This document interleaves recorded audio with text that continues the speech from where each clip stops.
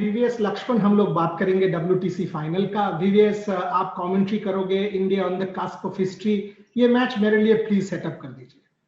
देखिए, बहुत इंपॉर्टेंट मुकाबला है, ऐसा मुकाबला नहीं है, महा मुकाबला है, क्योंकि वर्ल्ड टेस्ट चैंपियनशिप पिछले 2 साल से ये साइकिल चल रहा है। ये काफी मैचेस हुए हैं, काफी सीरीज हुए हैं, बीच में वो कोविड का भी काफी ज्यादा असर हुआ है, लेकिन ओवरऑल खुशी की बात यह है कि इंडियन टीम ने कंसिस्टेंटली परफॉर्मेंस कर वर्ल्ड कप फाइनल्स में उनका प्लेस हुआ मिला है। और उसके बाद न्यूजीलैंड भी एक कंसिस्टेंट टीम है, तो एक इम्पोर्टेंट मैच है, एक इम्पोर्टेंट ट्रॉफी के लिए दोनों टीम खेलने वाले हैं। तो एक रोमांचक मैच होने वाला है, दो राय नहीं है, बिल्कुल कोई संदेह नहीं है कि एक रोमांचक मैच देखने को मिलने वाला है। चलिए डायरेक्टली आपसे पूछते हैं। 3-4 सवाल जो सबके दिमाग में है। पहला जो सवाल ये है कि भारत का बॉलिंग अटैक क्या होने वाला है, आप क्या करते, आप ईशांत शर्मा या मोहम्मद सिराज, ये दो लेके बहुत कुछ कहा जा रहा है, क्योंकि दोनों बहुत टैलेंटेड है, दोनों ने परफॉर्म किया है। पहला बात तो यह है, both are equally good, but फिर भी एक को अगर आपको चुनना होगा तो आप किसको चुनेंगे? देखिए, मेरा मानना है कि इंडिया काफी लकी है, खुशकिस्मत है इंडियन टीम की ऐसे गेंदबाज, ऐसे टैलेंटेड प्लेयर्स है, सिर्फ बॉलिंग में ही नहीं, ऑल राउंड डिपार्टमेंट में, जहाँ पे बैटिंग में देख लीजिए, आप बॉलिंग में देख लीजिए, ऐसे खिलाड़ी है जो होनहारी नहीं है लेकिन मैच विनर्स है। और ईशांत शर्मा और सिराज दोनों मैच विनर्स है। हाल ही में जो सीरीज हुआ था ऑस्ट्रेलिया में, उसके बाद इंग्लैंड के खिलाफ भी सिराज ने बेहतरीन प्रदर्शन किया है।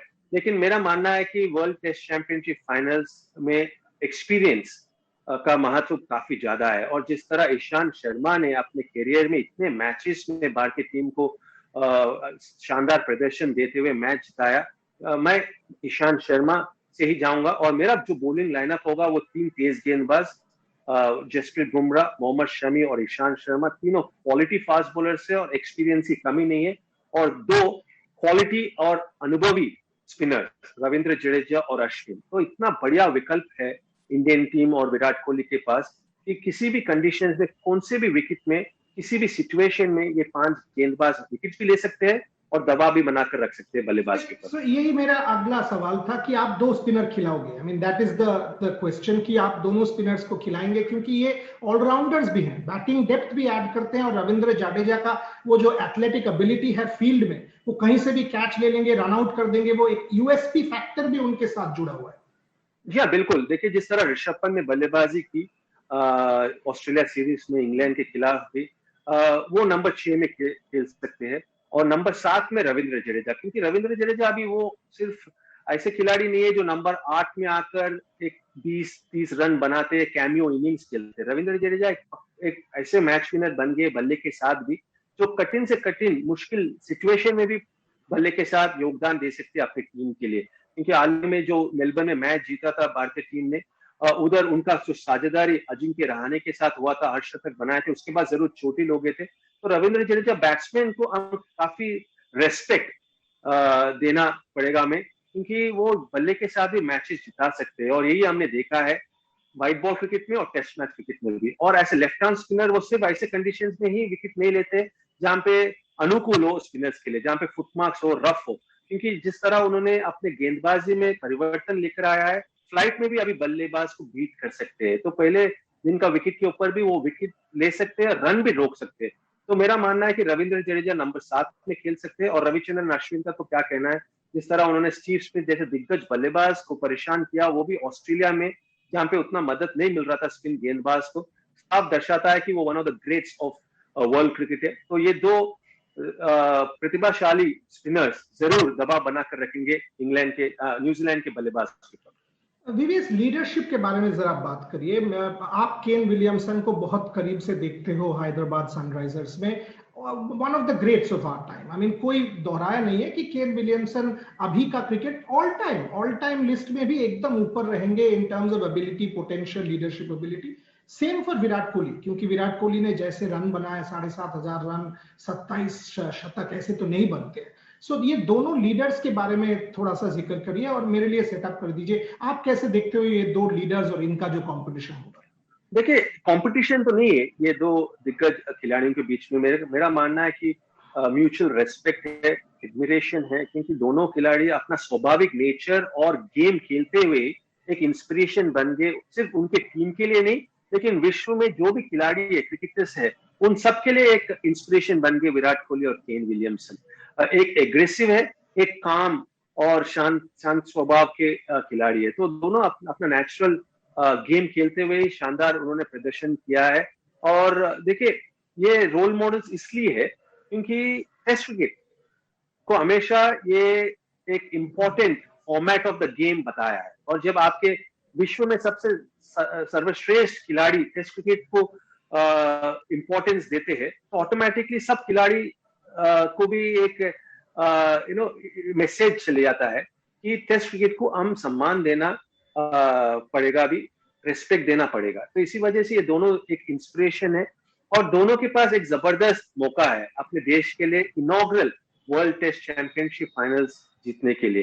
तो इसी वजह से मेरा मानना है कि ये दोनों खिलाड़ी जो है विश्व के दिग्गज बल्लेबाज ही नहीं है लेकिन अनबिलीवेबल इंस्पिरेशन और रोल मॉडल्स है। सही बात कहा आपने। और मेरा जो मानना है, थोड़ा सा जो डर है कि भारत, अगर आप लास्ट 2 साल देखें, हम लोग सुपर क्रिकेट खेल रहे हैं, बट पहला जो टेस्ट मैच है उसमें थोड़ा सा हमारा प्रॉब्लम रहा है। ऑस्ट्रेलिया में भी अगर आप देखें एडिलेड हम हार गए बट वापस आए, यहाँ वापसी का चांस नहीं है।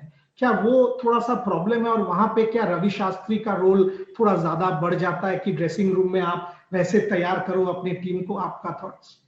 जी हाँ, बिल्कुल। देखिए ये एक रेड फ्लैग है क्योंकि अगर कोई कमजोरी रहा है भारतीय टीम का पिछले कुछ सालों में वो है कि पहला टेस्ट मैच इतना जबरदस्त प्रदर्शन करते नहीं, सिर्फ ओवरसीज कंडीशन में नहीं है लेकिन जब इंडिया में भी हाल ही में जब इंग्लैंड के खिलाफ उन्होंने चेन्नई में टेस्ट मैच खेला था उधर भी पहला टेस्ट मैच हार गए थे। तो मेरा मानना है कि रवि शास्त्री विराट कोहली यही संदेश देंगे अपने टीम को कि ये वन ऑफ टेस्ट मैच है, एक ही टेस्ट मैच है और वो भी इंपॉर्टेंट टेस्ट मैच है और वो भी फाइनल से।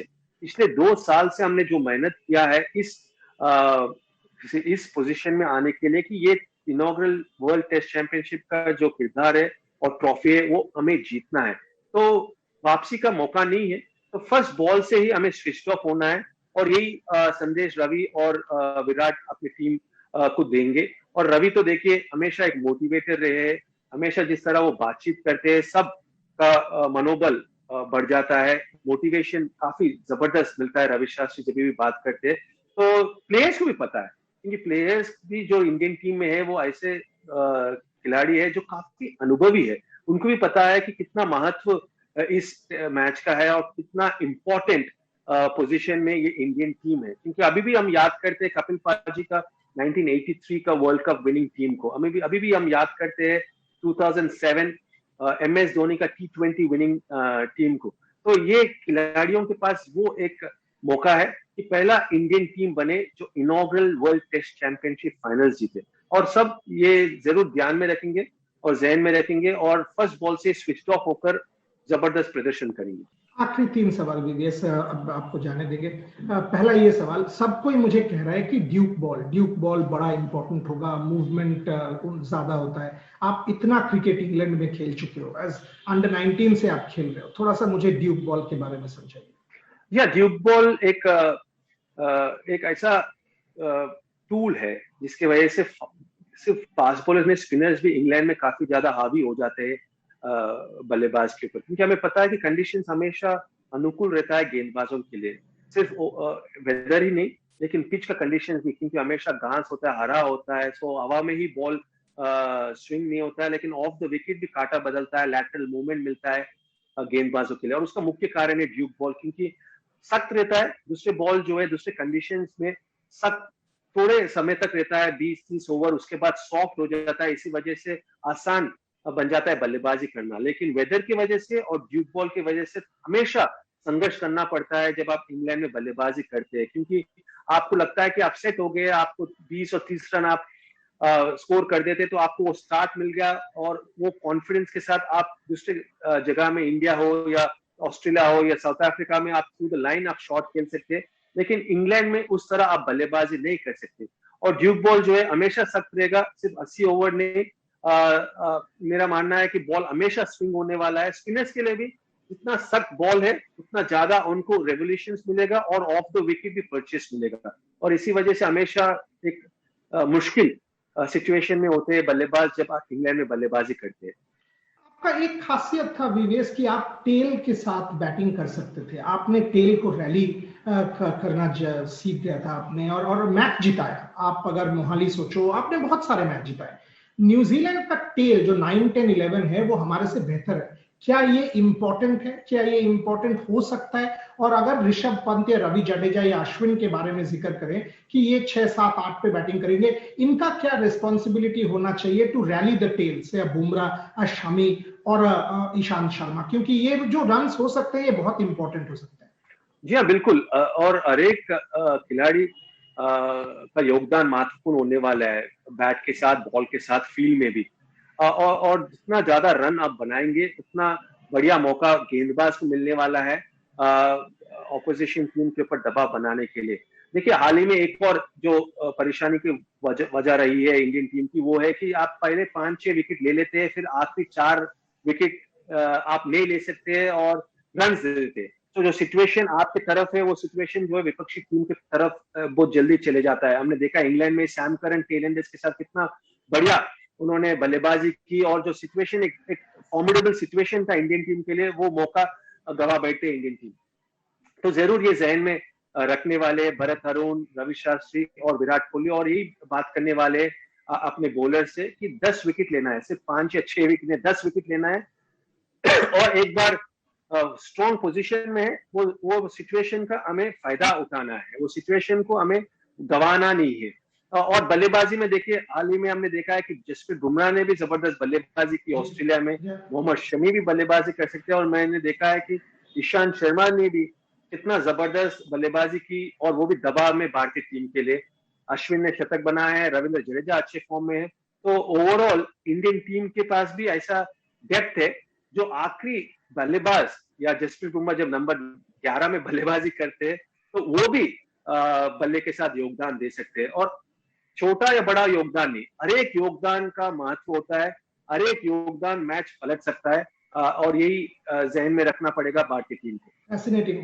पहला एक और सवाल बैटिंग पे पूछ लेता हूं। शुभमन और रोहित ओपन करेंगे, डिफिकल्ट होने वाला है, सबको पता है, क्या अप्रोच होना चाहिए? देखिए, मेरे समय में 3 बल्लेबाज जो हमेशा इंग्लैंड में कंसिस्टेंटली परफॉर्मेंस करे हैं, वो है राहुल द्रविड़, सचिन तेंदुलकर और सौरव गांगुली। और ये तीनों के पास एक चीज जो मैंने देखा है वो है फुटवर्क। एक चीज जो काफी ज्यादा ध्यान देते थे वो है फुटवर्क, क्योंकि जितना ज्यादा आपका लंबा पैर चलता है, आगे वाला पैर, एक लॉन्ग स्ट्राइड आप लेते हैं, तो आपको आप बॉल की तरफ बल्ले के साथ नहीं जाते, लेकिन बॉल को अपने तरफ आने देते हैं। तो ये बहुत जरूरी बन जाता है, हमेशा फुल बॉल के लिए ही आपको इंतजार करना है, तैयार होना है, और बॉल को अपने तरफ आना है। अंडर योर आईज अगर आप खेलेंगे तो सब आपके साथ में सॉफ्ट हैंड के साथ आप खेलते हैं, तो हमेशा आप अच्छे पोजीशन में रहते हैं, बैलेंस और संतुलन बढ़िया रहता है।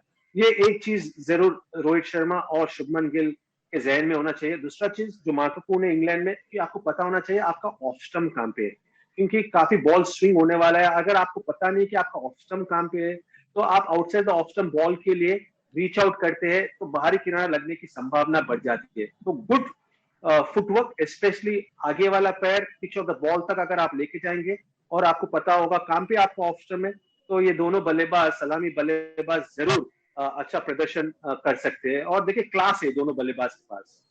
मेरा टाइम खत्म हो चुका है वीवीएस, इसीलिए अंतिम सवाल, आप फेवरेट्स किसको मानते हो? ऐसे फेवरेट्स है आपको? क्या लगता है रिजल्ट हो सकता है, होगा, या जॉइंट विनर्स भी हो सकता है, ड्रॉ होगा? तो आपको क्या लगता है, is New Zealand ahead, is India ahead?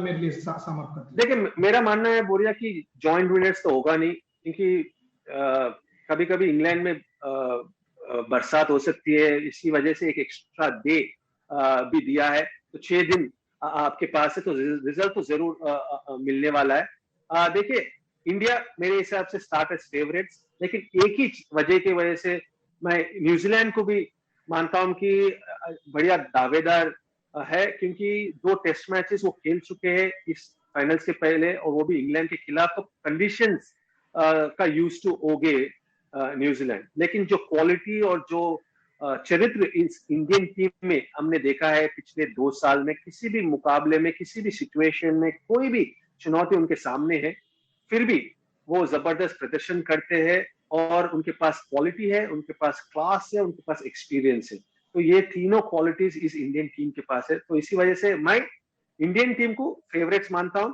लेकिन आप न्यूजीलैंड को कभी भी हल्के में नहीं ले सकते, क्योंकि न्यूजीलैंड टीम और प्लेयर्स के लिए मेरा काफी ज्यादा रेस्पेक्ट है, क्योंकि they always punch about their weight. कभी भी देख लीजिए, किसी भी टूर्नामेंट में देख लीजिए, बायलैटरल सीरीज हो या वर्ल्ड